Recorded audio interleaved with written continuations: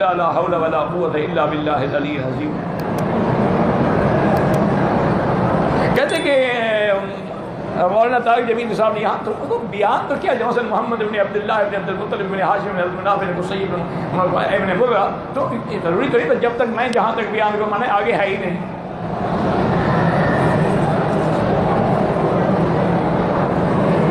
حضور پاک کا نسب عدنان تک معروف ہے، لیکن اصل نسب تو آدم تھا۔ عدنان چلو کس کا بیٹا ہی بتاؤ مجھے، اس کا نسب آپ کہاں تک لے جائیں گے؟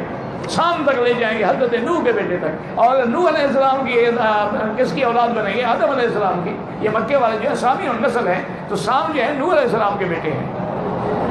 یہ تھوڑا ہے کہ عدنان تک ختم ہو گیا ہے، آگے نسب ہے ہی نہیں، نعوذ باللہ۔ حضور نے خود فرمایا کہ انا سید ولد آدم،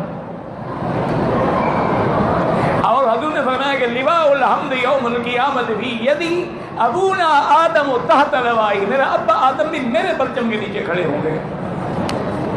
پتہ نہیں کیا چکر ہے، دوسری تیسری دفعہ یہی پوچھ رہا ہے کہ مقصد بھی آپ کا مقصد کیا ہے؟ اگلے سوال میں لکھو کہ عدنان تک نسب پہنچنے کا مقصد کیا ہے آپ کا، یعنی آگے آپ مانتے نہیں۔